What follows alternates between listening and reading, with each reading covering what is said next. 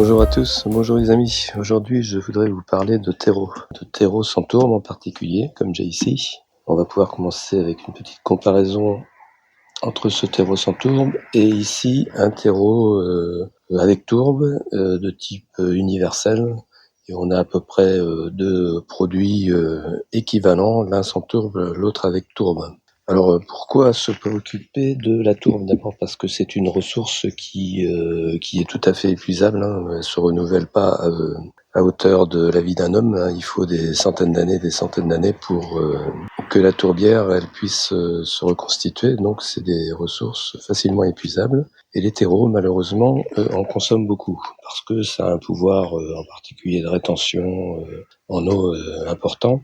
Donc ça fait de très bons substrats, mais c'est quand même un problème. Et moi, depuis, ça fait 3-4 ans, peut-être 4 ans, que j'utilise du terreau sans tourbe.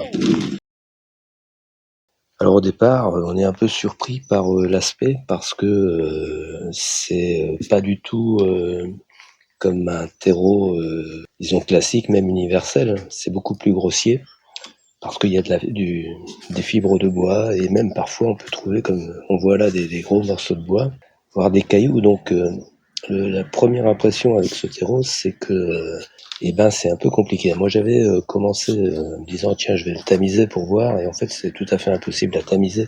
Il reste pas grand chose si on tamise, parce qu'il y a de la fibre de bois, parce que c'est des choses un peu qui paraissent comme ça un peu grossières. Maintenant, mon expérience sur 3-4 ans, c'est qu'on peut très facilement s'en servir quand même comme terreau pour les semis. Moi, j'utilisais avant un terreau universel de ce type, que ce soit pour le rempotage, le semis. Quand on a des gros éléments comme ça, on les retire simplement, puis on les voit assez facilement. Et pour le reste, quand on a des choses qui paraissent comme ça un petit peu comme du coton ou de la fibre, hein, mais ça pose pas vraiment de problème pour les graines, hein, de germer dans ces conditions-là. Si vraiment on a des doutes à ce niveau-là, on peut toujours tamiser un petit peu pour recouvrir avec un terreau plus fin. Mais franchement, moi je le fais pas. Et dans l'ensemble, j'étais assez satisfait de ce terreau sans tourbe. Simplement, la première impression, c'est que il y a des éléments grossiers, c'est pas du tout la même chose. Mais écologiquement, c'est quand même beaucoup mieux. Et puis, il se trouve que ce terreau sans tourbe venait de pas très loin de chez moi, là, dans le 44, dans la Loire-Atlantique. Et donc, c'était une raison supplémentaire pour laquelle j'avais choisi ce terreau sans tourbe. Et puis, la boîte a eu des problèmes économiques. Et finalement, cette année, j'en ai pas trouvé. Je me suis rabattu sur un terreau universel, celui que je prenais auparavant, hein, comme on peut voir là.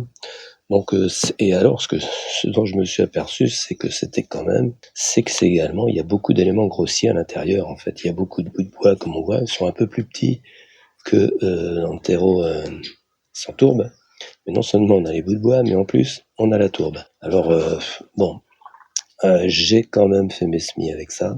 Et puis en plus cette année, alors je sais pas, c'est peut-être lié aussi à d'autres éléments, mais je trouve que ce terreau pose plus de problèmes. J'ai eu des mouches de semis, des mouches de terreau, vous savez, pas des mouches de semis, mais des mouches de terreau. Et puis j'ai l'impression que ça pousse moins bien avec ce terreau-là. Mais ça, ce sont des impressions de jardinier, c'est pas forcément, ça peut être lié à autre chose. Donc voilà, donc deux terreaux différents, l'un avec tourbe, l'autre sans tourbe. Maintenant, ce que je voudrais vous montrer, c'est les spécifications qui sont indiquées sur les sacs, puisque ce sont des sacs de 40 litres. Donc je vais vous montrer ça. Alors maintenant, on va comparer un petit peu ce qu'il en est au niveau de la composition du terreau sans tourbe là sur ma gauche et du terreau avec tourbe ici sur la droite. Déjà, ce qui est intéressant de regarder, c'est sur quelle norme en fait on est. Ici, on est sur la NFU 44551, support de culture, et on va retrouver également la même norme ici. Donc c'est un terreau avec engrais, et on le voit également ici, c'est un terreau avec engrais. Celui-ci est considéré comme biologique, et celui-là est considéré comme biologique plus puisqu'il a des différents labels. Enfin bref, il a, si on regarde la pub qui en est faite, qu'il est zéro carbone en fait, c'est-à-dire que il est neutre au niveau émission de CO2. Voilà. Donc tout un tas d'arguments qui forcément incitent à réfléchir, d'autant qu'il est sans tourbe. Alors qu'est-ce qu'il y a à l'intérieur de ce terreau? On va regarder ça.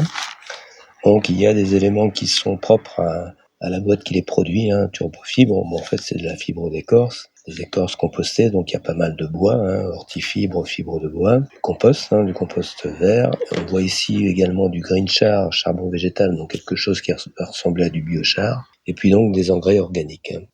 Et puis bien ici, si on regarde sur l'autre, on va voir de la tourbe blonde, des matières végétales, des fibres végétales, donc il ne faut pas trop s'étonner si on trouve des fibres à l'intérieur, de la tourbe noire, donc il y a les deux tourbes, et des engrais. Donc la grosse différence ici, c'est qu'il y a de la tourbe, alors qu'ici, il n'y en a pas. Donc un bon point pour le terreau sans tourbe, puisqu'on évite d'épuiser des ressources qui sont limitées. Ensuite, comment regarder ça? On retrouve toujours à peu près les mêmes indications, on peut donc comparer d'un côté de l'autre.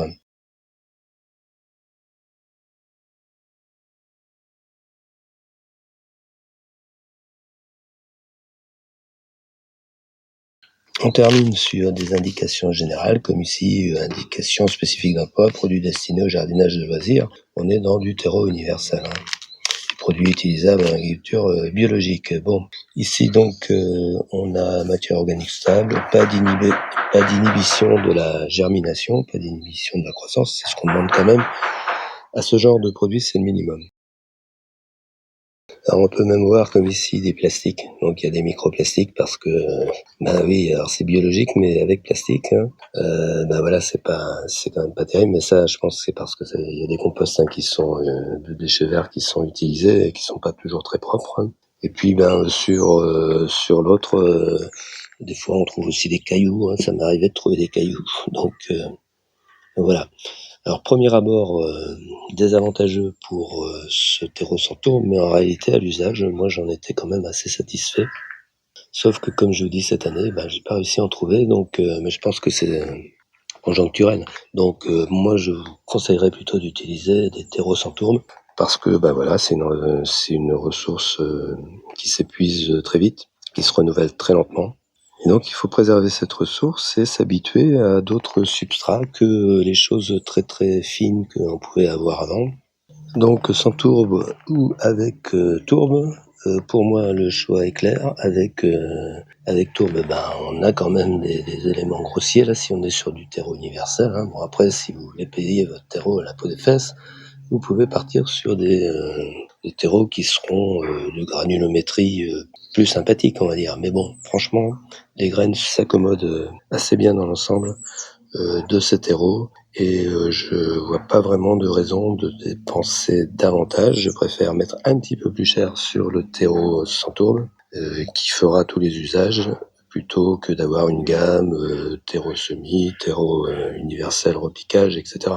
Alors si vous avez des expériences avec des terreaux sans tourbe, eh bien je serais assez intéressé que vous mettiez ça en commentaire parce que je pense que c'est un sujet sur lequel il va falloir se pencher. Et puis bon, comme on s'aperçoit apparemment que la qualité des terreaux avec tourbe se dégrade au fil du temps, autant passer directement à ces terreaux sans tourbe qui demandent un petit temps d'adaptation.